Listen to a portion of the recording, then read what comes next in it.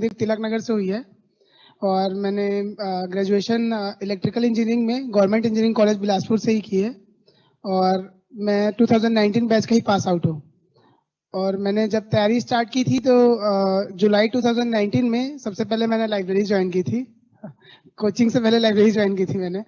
तो स्टार्टिंग में ये था कि बस तैयारी करना है और लगना है, बस ऐसा ही था और कुछ नहीं था मन में कि पहले अटेम्प्ट में लगेगा या दूसरा अटेम्प्ट में लगेगा या तीसरा अटेम्प्ट में लगेगा, ऐसा कोई वो नहीं था। पर हाँ, यहाँ अगर आप गांधी चौक में निकलेंगे तो आपको बहुत सारे आपको ज्ञान देने वाले मिल जाएंगे पंडित, जो आपको बताएंगे कि इस बार नहीं निकला, इस बार पहले अटेम्प्ट में प्री कहाँ होता है यार, पहले अटेम्प्ट में तुम पढ़ो। मेरे को ऐसा ही हुआ था जब मेरा प्री क्लियर हुआ था 2019 का। तो सबसे पहले एक लाइब्रेरी में भैया थे, उन्होंने मतलब नाम नहीं लूंगा उनका, पर उन्होंने मुझे सजेस्ट किया कि तुम यार अभी मेंस का मत पढ़ो, तुम्हारे से मेंस नहीं हो पाएगा क्योंकि अभी तुम्हारा कोचिंग भी कंप्लीट नहीं हुआ है और अभी आने वाले हैं जैसे व्यापम के पोस्ट, ये सब इसकी तैयारी करो, ये निकल जाएगा, उसके बाद फिर पढ़ते रहना मेंस। तो अगर मैं उस दिन उनकी बात मान जाता तो फिर अभी मैं यहाँ नहीं होता। तो ये आपको समझना पड़ेगा कि कौन क्या ज्ञान दे रहा है और आपको उससे क्या लेना है। अगर आप उनके ज्ञान के हिसाब से चलेंगे तो उनके जितना ही टाइम आपको लगेगा, और उनको अभी 6 साल तैयारी करते हो गए ना, उनका व्यापम निकला है ना फिर एक बार भी पीएससी का प्री निकला है। तो लोगों से आप जिनसे मिल रहे हैं उनकी क्वालिटी होनी चाहिए कि वो आपको थोड़ा बता पाए, और ऐसी क्वालिटी नहीं है तो बिल्कुल मिलना भी नहीं चाहिए। मिल रहे हैं आप बात कीजिए, चाय पीजिए, निकल जाइए, क्योंकि यहाँ चाय पे ही चर्चा होती है सबसे ज्यादा। तो चाय पीते टाइम ध्यान रखना कि कौन चाय पी रहा है आपके साथ में, और 3-4 ऐसे दोस्त बनाइए। मेरे हिसाब से ऐसा ही होता है कि आप 3-4 ऐसे दोस्त बनाइए जो एक्चुअल में तैयारी कर रहे हो और उनके पास डिटर्मिनेशन हो कि आप वहां उनको निकालना है। ऐसे नहीं कि 2-3 दोस्त होते हैं जैसे अब मान लीजिए कि आप पढ़ाई कर रहे हैं, वो बोले चलो थोड़ा सा आते हैं मॉल से कपड़े ले लेते हैं, ये कर लेते हैं, वो कर लेते हैं। ऐसा मेरे साथ भी होता था बहुत, लेकिन उन दोस्तों को आपको 6-8 महीने काटना पड़ेगा, और सिर्फ 6-8 महीने की बात है, आप विश्वास मानिए। 6-8 महीने मतलब मेरे तैयारी में मैंने जुलाई से स्टार्ट किया था, जुलाई अगस्त सितंबर अक्टूबर नवंबर दिसंबर जनवरी में मैंने पूरी प्री की पढ़ाई की थी, और फरवरी की आधे तक। उसके बाद मार्च में तो लॉकडाउन लग गया था, मैंने टेस्ट सीरीज ज्वाइन की थी, पर टेस्ट सीरीज का पैसा भी वापस नहीं हुआ, भगा दिया गया था वहां से मुझे कि आप टेस्ट नहीं दे रहे हैं तो आपको कोई पैसा भी नहीं मिलेगा, ऑनलाइन होगा, देना है तो दो, नहीं देना है मत दो। और ऑनलाइन हो सके तो बिल्कुल, मतलब मेरे को तो अच्छा नहीं लगता था, अब आपकी वो मतलब श्रद्धा भक्ति कि आपको अच्छा लगता है या नहीं। पर ऑनलाइन जो है टेस्ट नहीं लिखा जाता है, एक्चुअल में नहीं लिखा जाता, क्योंकि आप 3 घंटे का एग्जाम है, आप 4.5 घंटे बैठ जाएंगे तो भी पूरा नहीं होगा पेपर। मेरे साथ ऐसे ही होता था, मैं 4-4 घंटे पेपर लिखता था और साइन करता था, और मार्क्स आते थे तो खुश होता था, हाँ मेरा तो बहुत अच्छा मार्क्स आया। पर इससे नहीं होता है एग्जाम का तैयारी, आपको 3 घंटे बैठ के एक्चुअल में लिखना पड़ेगा। और ऐसा हो जाता है ना, आप मेंस देंगे, आप में से कई लोगों ने दिया भी होगा, तो मेंस देते देते 7वें पेपर लिखते टाइम ऐसा हो जाता है कि हाथ ऊपर नहीं उठता है। तो आपको लिखने की प्रैक्टिस तो बिल्कुल करनी है। पहला तो यही है कि आप पहले पूरा पेपर लिख पाए। पहले यही हो जाता है लोगों के साथ कि वो पूरा पेपर लिख ही नहीं पाते, तो आप नंबर कैसे लाएंगे? अच्छा लिखने के चक्कर में वो ये कर जाते हैं कि वो अच्छा लिख रहे हैं, 2 क्वेश्चन छोड़ देते हैं। तो अगर आपने 2 क्वेश्चन छोड़े हैं, चाहे 4 नंबर के छोड़े चाहे 8 के 1 छोड़े, तो 8 नंबर आपका पूरा ब्लैंक है। और आपको एक एक नंबर में, आपने देखा होगा मेरिट लिस्ट में, 1 नंबर से 2 रैंक 3 रैंक खिसक जाता है नीचे। तो अगर आपने 8 नंबर छोड़ा है तो आप समझ जाइए कि आपने 8 मतलब मान लीजिए कि 10 रैंक आप पीछे हो गए सीधे सीधे। तो ये आपको सोचना पड़ेगा कि आप कितना लिख रहे हैं, कैसे लिख रहे हैं। क्वालिटी पे मत जाइए, लिखना स्टार्ट कीजिए, अपने आप क्वालिटी हो जाती है, अपने आप आ जाएगी क्वालिटी लिखने की। लिखना स्टार्ट बस करना है आपको।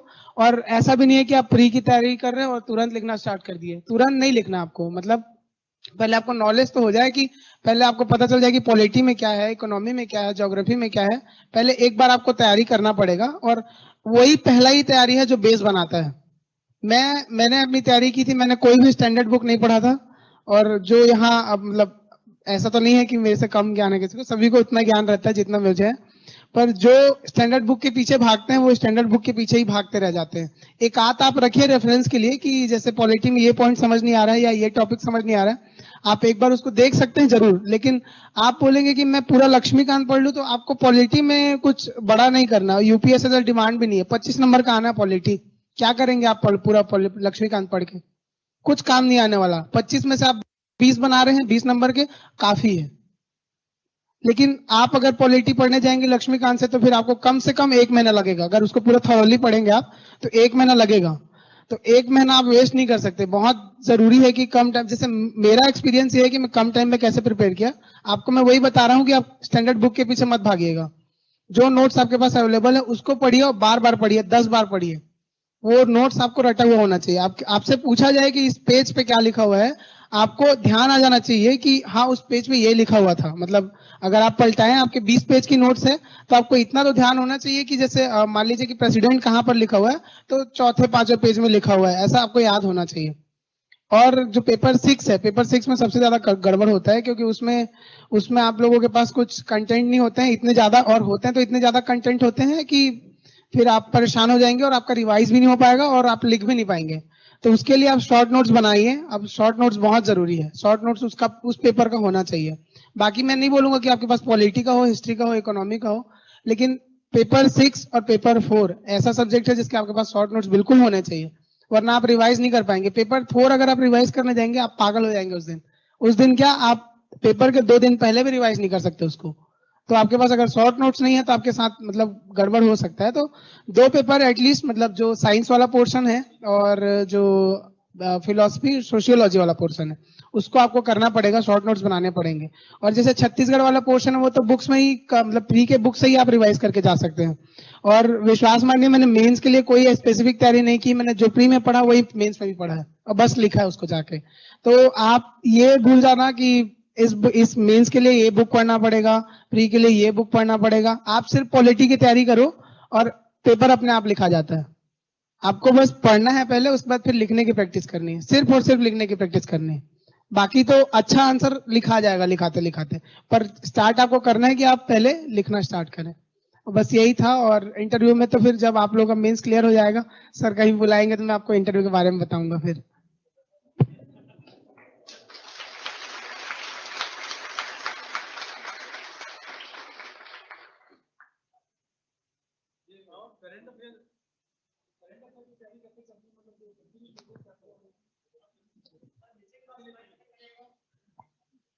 करंट अफेयर की तैयारी कैसे करनी है? अब देखिए करेंट अफेयर तो ऐसा है, वो एक बहुत बड़ा, क्या बोलना चाहिए, दूर से देखता हुआ मिठाई है जिसके पीछे सब भागते हैं। उसके पीछे भागना नहीं है आपको। करेंट अफेयर मैं आपको बता रहा हूँ, मैक्सिमम आपको 1 महीने पढ़ने पड़ेंगे प्री के पहले। जो आपने पढ़ा है उससे कंप्लीट हो जाना है। आपको सिर्फ पॉलिसीज देखनी है कि गवर्नमेंट की पॉलिसीज कितनी आ रही है। इकोनॉमिक सर्वे आप देखते रहिए, बजट आप देख लीजिए जब आएगा तो। उसके अलावा कुछ भी नहीं लगेगा आपको, कुछ भी नहीं। आप करेंट अफेयर में जाएंगे, आप न्यूज़पेपर पढ़ रहे हैं डेली 1 घंटे, उसका नोट्स बना रहे हैं, आप अपने आप को बेवकूफ बना रहे हैं। सीधी सीधी बात है। जो आपको बोल रहे हैं कि करंट अफेयर बहुत ज्यादा इंपॉर्टेंट है, ऐसा इंपॉर्टेंट तो है, लेकिन ऐसा नहीं कि आपको उसको डेली पढ़ना है। डेली मेरे हिसाब से टाइम मैंने नहीं दिया था टाइम करंट अफेयर को बिल्कुल भी। क्योंकि आप न्यूज आर्टिकल इसलिए पढ़ सकते हैं कि आपका लैंग्वेज सुधर जाए। जैसे आप मतलब अगर कोई इंग्लिश मीडियम वाला होगा तो आप अगर द हिंदू पढ़ेंगे तो आपको टर्मिनोलॉजीज मिलेगी, बहुत सारी मतलब वर्ड्स मिलते हैं जो आप यूज कर सकते हो उसमें। या फिर आप हिंदी मीडियम से हैं तो आप न्यूज़पेपर पढ़ेंगे तो जो पैराग्राफ कैसे बनाते हैं ये समझ में आता है कि 2 पैराग्राफ को जोड़ते कैसे हैं। और सबसे बड़ा बात यही है कि ऐसे में आपको यही काम आएगा। लेकिन ऐसा आप करंट अफेयर के लिए अगर न्यूज़पेपर पढ़ रहे तो ये बहुत बेवकूफी वाली बात है, आपका टाइम बहुत वेस्ट होगा उसमें। आप जैसे प्री के पहले जो आते हैं मैगजीन्स आते हैं, इतने तो आते हैं मैगजीन्स, हर कोचिंग के आते हैं मैगजीन्स। आपको अगर एक कोचिंग पे भरोसा नहीं है आप एक और ले लीजिए, लेकिन इतना भी नहीं कि जितने कोचिंग सभी को उठा लिए और सबको पढ़ते बैठे, ऐसा नहीं होता। आप जो एक मैगजीन है एक कोचिंग की वो उठाइए, उसको 10 बार पढ़िए, एज कम्पेयर टू 10 मतलब अगर आप ले लिए हैं मैगजीन और एक एक बार पढ़ रहे हैं उससे आपका पूरा पूरा कचरा हो जाएगा। एक मैगजीन लीजिए, उसको 10 बार पढ़िए, चाहे कहीं से की, आपको जिस पर भरोसा होता है उसका लीजिए और उसको पढ़िए। और एक मैगजीन इकोनॉमिक सर्वे, बजट और पॉलिसीज गवर्नमेंट की, आप इतना पढ़ेंगे आपका करंट अफेयर कंप्लीट है, आपको कुछ एक्स्ट्रा करने की जरूरत नहीं है। और जैसा कुछ एक आध करंट अफेयर आ भी जाता है तो वो ऐसा आप मान लीजिए कि 90% लोगों से तो बनेगा ही नहीं मेंस में। पहला बात यही है, सब नहीं, कोई नहीं पढ़ता क्योंकि। तो आप उस क्वेश्चन पे कंपटीशन मत कीजिए जिसको कोई एक्स्ट्रा ऑर्डिनरी बंदा बना रहा है।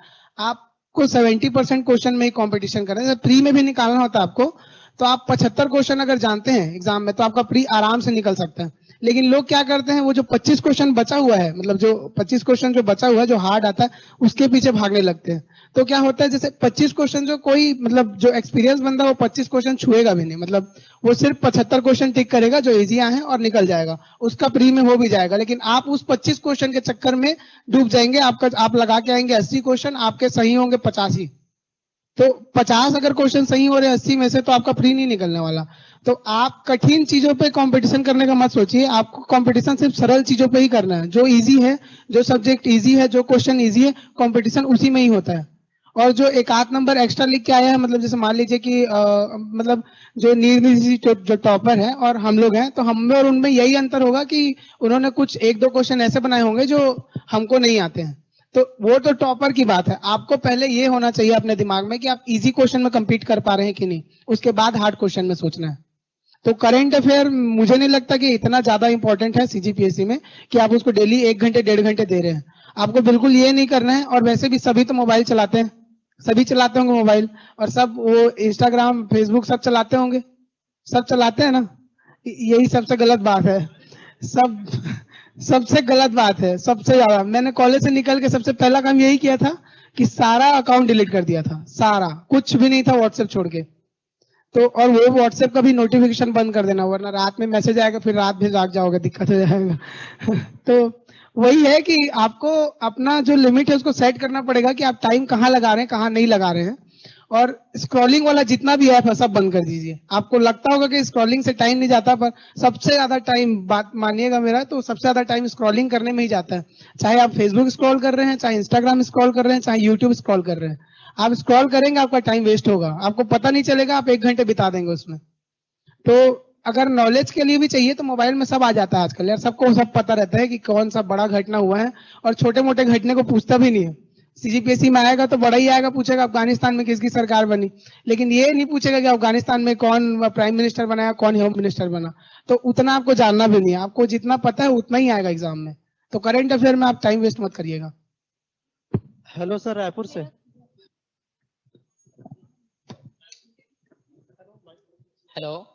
Hello, good afternoon, ma'am. I have a question for you. Hello hello Hello, Chandni, ma'am. Actually, how to manage time while working?